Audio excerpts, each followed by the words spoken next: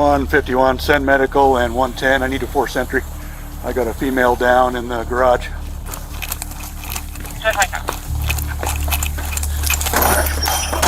Broomfield Police! Broomfield Police! Oh, shit. Holy shit.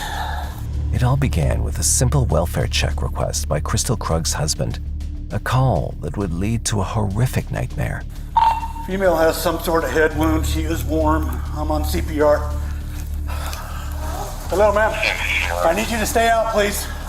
But as the investigators trace the case further, they discover a sickening secret behind the murder that redefines everything.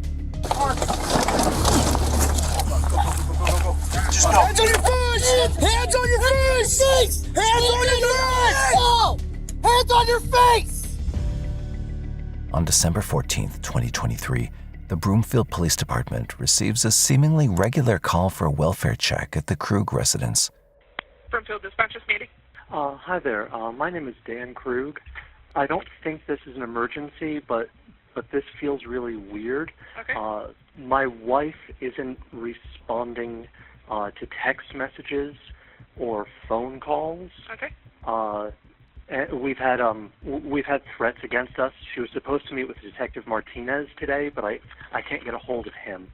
Can I get either someone in the house to check in with Martinez, or maybe both, maybe a wellness check at the house? Yeah. Soon after the request comes in, an officer arrives at the Krug residence at 12:28 p.m. to conduct a welfare check. But he isn't prepared for the unimaginable horror that awaits him, something that would haunt everyone involved. Oh, shit. Holy shit.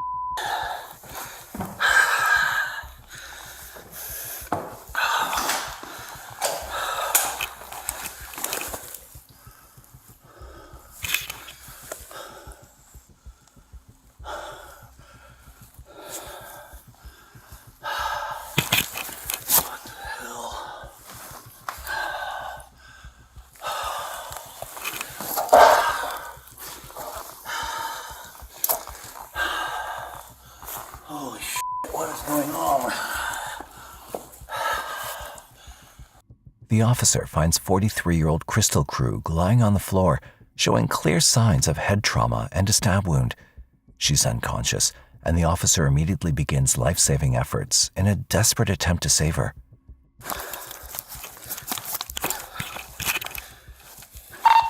$151. Female has some sort of head wound. She is warm. I'm on CPR. Copy. Starting CPR 1229.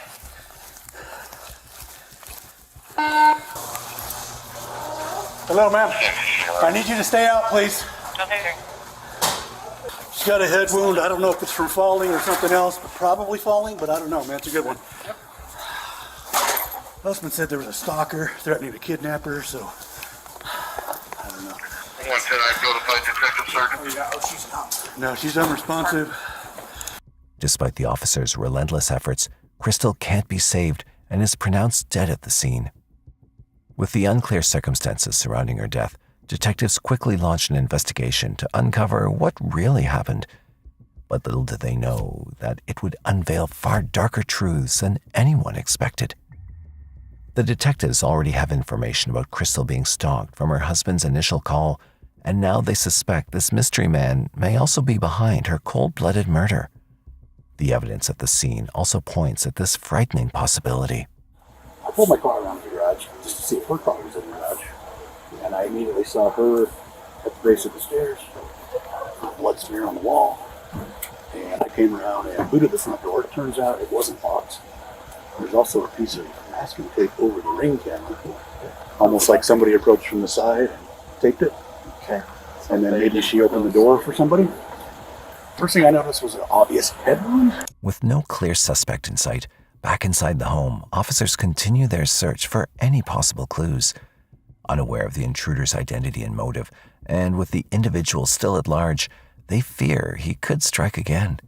Broomfield Police, anybody inside, make yourself known. One coming in the front door. We got you, man.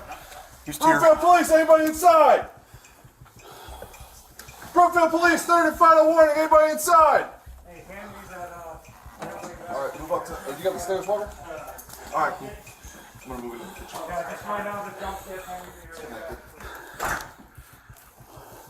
I got a couple rooms to the left over here. Let me know when you're coming around. The RP said there was a stalker threatening kidnapping, so just heads up on that. You got my left? Broomfield Police. Clear here, coming out. I don't know what that other door is. You go one way, I got the other. You guys take the open door off. 5 doors. Okay. Open door all sides, man. I'm going straight. Another one on the left. While detectives search the house, Kristil's family is informed of the tragic news. When her husband Daniel arrives at the scene, his reaction is truly heartbreaking.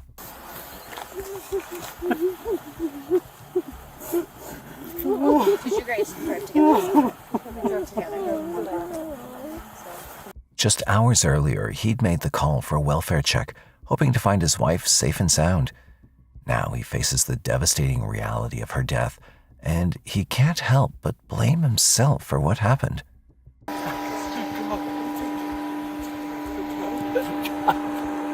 I didn't protect her. I was the person to protect her. Let them know about. Meanwhile, detectives don't find anyone else inside the house, which means the killer had already fled by the time they arrived. Now they have only one lead and possible suspect, Kristil's stalker. They need to move swiftly to identify and find him before he has a chance to vanish, but nothing's going to be as simple as it seems. Her husband said there was a dude who's been stalking her and threatened to kidnap her. Where's this And dude Martinez from? was involved, and Martinez just said, hey, this is a Jim big or old... something? I don't know, dude. I don't know the history on that part. Martinez does, though, and he said he's coming in, so... Okay.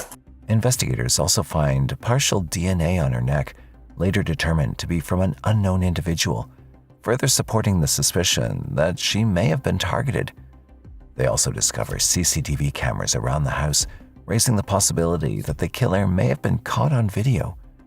Without the means to analyze the footage on site, investigators send it for forensic review, and for now, they focus on their most promising lead. To follow up, investigators review the existing evidence and revisit all prior reports Kristil had made about her stalker, and very soon they found the name of her possible killer. Hi there. I need to report threatening emails and phone calls from a stalking ex, and just didn't know. Yeah, what's his name? His name is Jack Anthony Holland. He goes by Anthony Holland. This is your ex? Yes, Okay. And he's threatening violence against you and your family, correct? correct. And then what is the frequency of these messages? Is it like every couple minutes, every couple hours, once a day? That's fair. Infrequent, but it's these periodic things. Right. Prior to that, it's like every few years he does something if he pops up. finds me. I've never Okay. given him my email address. I've never given him my phone number. He's clearly looked me up. Right, okay. She sounded terrified by what she was experiencing, prompting officers to call her into the station for a detailed interview. The details she'd reveal only deepen the mystery. On the 7th of November 2023, just 3 weeks before her murder, Kristil came in and described the disturbing situation she'd been facing. Anything that I had interactions before, I have never dealt with like this kind of level in like a online version. And I think to myself of like advice that I give to my kids, I'm like, watch out for online people. And I'm like, this is exhausting. Yeah. Intention to make your life miserable and cause disruption and Yes. some sort of emotional turmoil is Yes. exactly what he's going for. Yes. My husband even saw all these messages, right? Because I'm like, oh my God, this guy's a hot mess. And he even thinks it was what. I'm like, oh, I don't know. I feel like it was around the time because I had to like back up where I was. She then tells the detective how he went from acting strangely to being an outright life-threatening presence in her life. And then I shut down Facebook entirely before the pandemic. So like there was no way to get a hold of me on any kind of old email address or old way, and that's when this starts. This was the first day of contacting me. Again, this was the type of message that I always got before.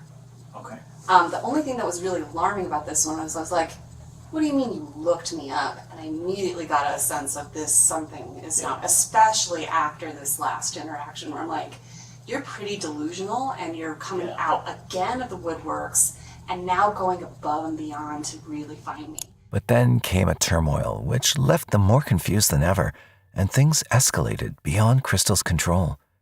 Not that it looks like you should, but he's telling me, I see that you have. So in the last 3 days of my tags being expired, he's telling me that I need to fix my tags. It's him, and I haven't seen him in person.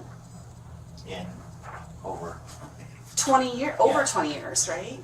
A lot of like very explicit, very graphic, very just like poke the bear kind of thing.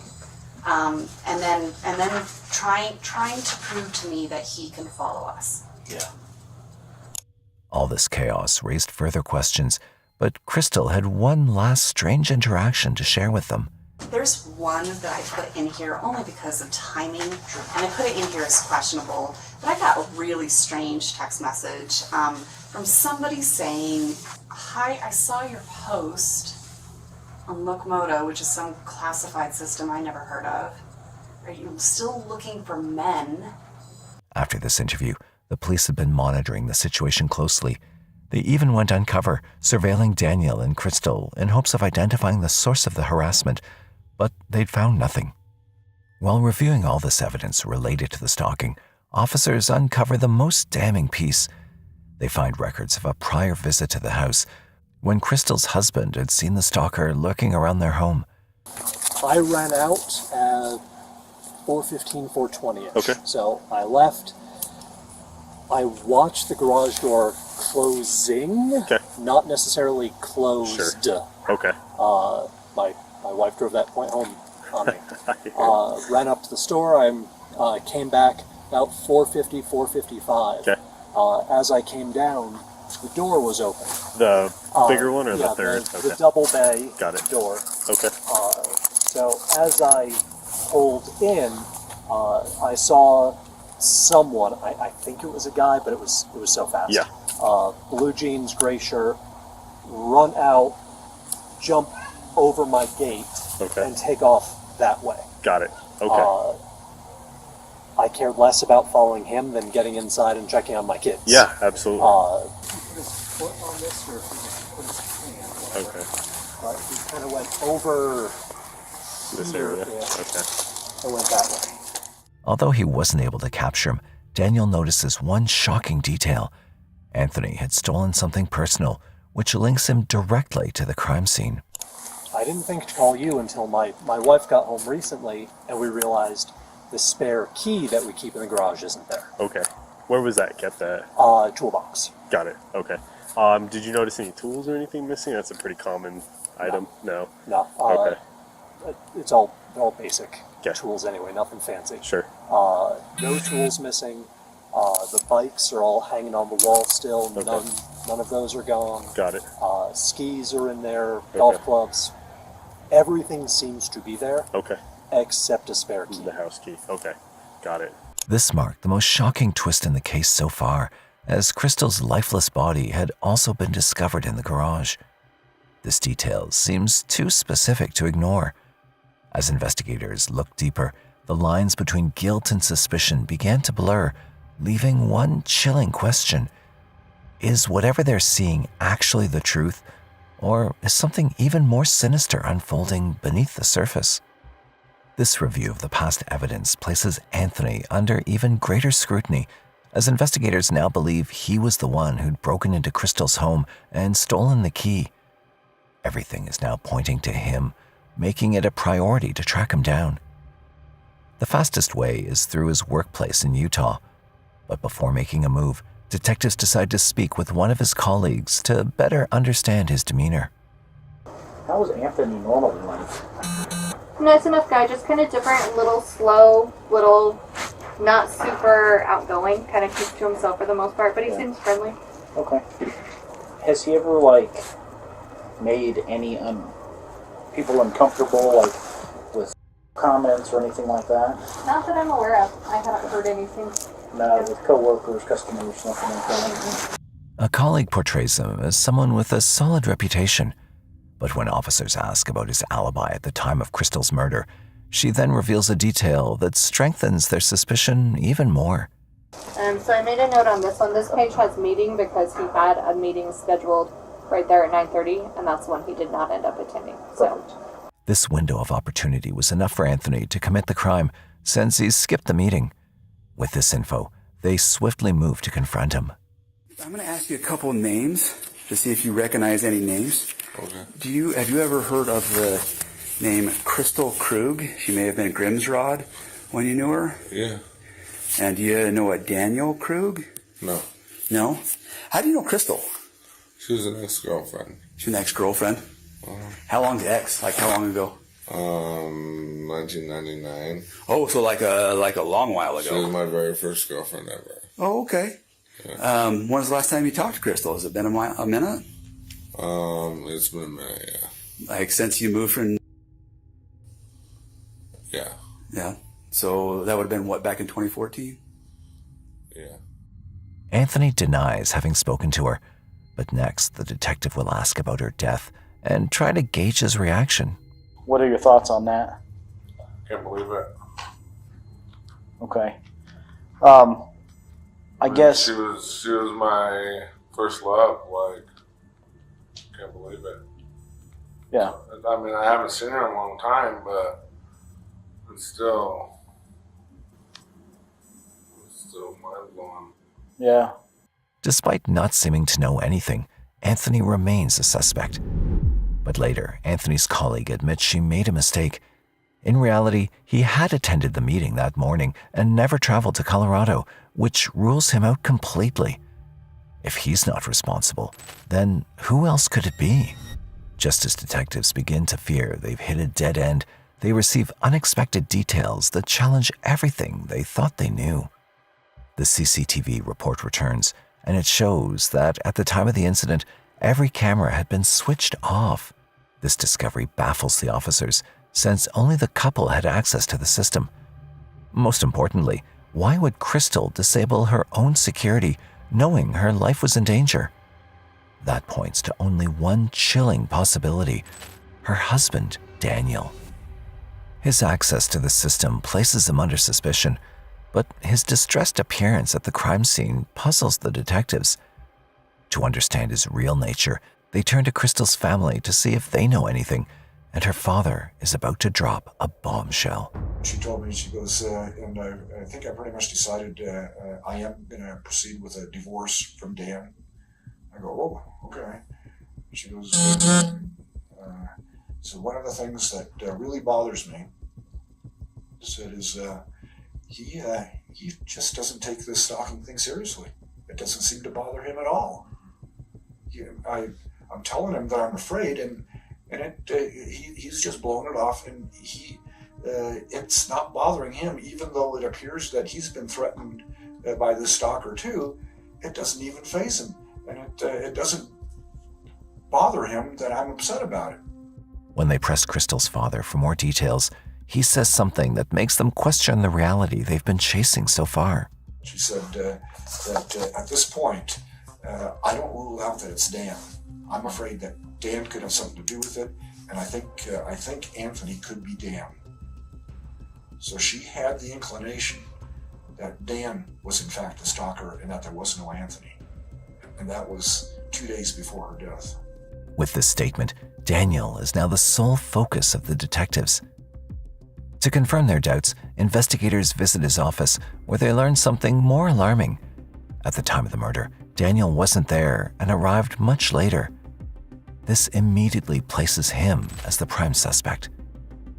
Around the same time, Daniel's friend suddenly comes forward with a tip about the murder weapon. The defendant in your murder case used to work at Colorado Department of Health and Public Environment. Yes. His immediate supervisor was a fellow named Eric Shavinsky. And I can get you Eric's contact information. Eric told me last week, on the 25th, we were retirement event for an employee that your defendant showed him what could have been something like the murder weapon. This crucial information gives the detectives a clearer picture and strengthens their suspicions towards Daniel. Their fear turns into reality when officers receive Kristil's phone data, leading to a shocking twist.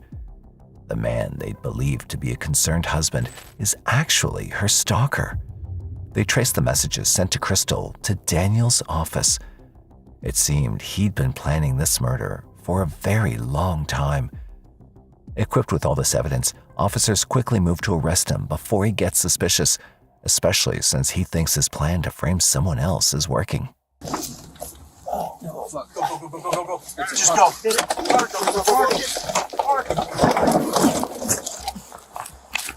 Hands on your face! Hands on your face! Hands on your face! Hands on your face! Your hands on your face!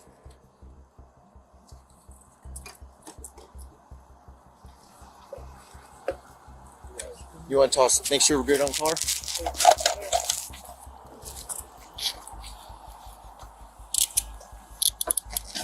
You caught this? Yep. After being arrested, Daniel's taken into custody, where he's about to be interrogated and will reveal a much darker picture of him than anyone could have imagined. From the start of the interview, Daniel tries to stay one step ahead and paint himself in a favorable light. It hurt me that she didn't tell me about the stalker when it started, but she brought me in right away once he sent her a picture of me. And I was definitely hurt and angry that she was keeping that as a secret. He also begins to weave his false narrative regarding the incident. So what, can I just ask, what do you think happened today with Kristil? I don't know. Well, you gotta have one. I mean, I'm sure a million different thoughts have run through your mind. What do you think happened? So in my brain, the story that I have is someone came to the door. Maybe she went outside to get a package, and they must have come in. And she's a fighter. She's strong. She would have fought. He thinks the detectives will believe his false story, but he isn't aware they already have the evidence that will seal his fate. How do you explain the cameras being turned off then? If it's some mystery man. Said that the cameras were turned off. That shouldn't happen. The only way that the cameras can be turned off is through the app. One of us has to hit the button. Daniel himself admits it must have been one of them who turned off the camera, but when he realizes this can be used against him, he changes his statement. Can't be mine. I didn't turn them on. I don't have a story to tell you. I wish I did. Though he refuses to admit to anything, the detectives quickly turn the tables and show him their last move. The Gmail account, the Kickman account that you guys initially received with the photo of you in it, and the phone number, those originated through their IP addresses at your office. Doesn't make any sense. Well, he took the photo of me at my office. Right. Daniel tries to shift the blame onto Anthony, but detectives quickly correct him, laying out the real facts. And also, let's add on top of that the fact that there's, as far as we know right now, there's no physical way that Kickman could have been involved in this based on where he's at right now. So, you know, the mystery continues, and it has to be that. Well, things are certainly pointing in one direction right now. Daniel's defense has already crumbled, but the detectives continue to press him with questions. Provide us a different explanation then. We know it's not Kickman. There has to be someone That was able to turn off the cameras, that was able to access a password-protected system to turn off cameras, that was able to use your IP address from your work to create accounts, to send messages and photos, to act as a stalking suspect. Well, tell me. Help me make sense of it. I don't know, I'm not the one who does this. Unfortunately, he doesn't confess to his crime. Instead, he still has the audacity to claim that someone else is involved. I won't be the one who did this. Because I don't. You don't believe that? Fine. Just don't stop looking elsewhere. Focus on me. Okay? Find a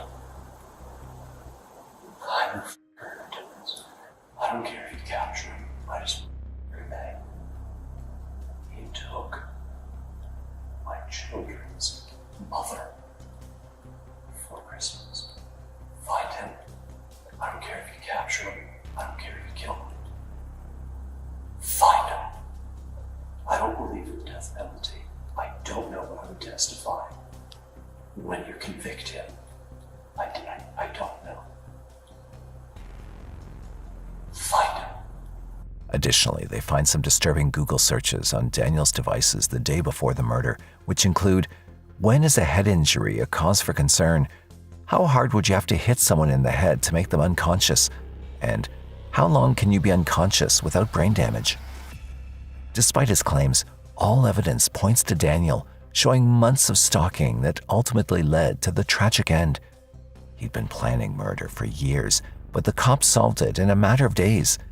Because of their determination, he finally faces the consequences of his actions. In April 2025, Daniel Krug stands trial and is found guilty of first-degree murder, stalking, and impersonation.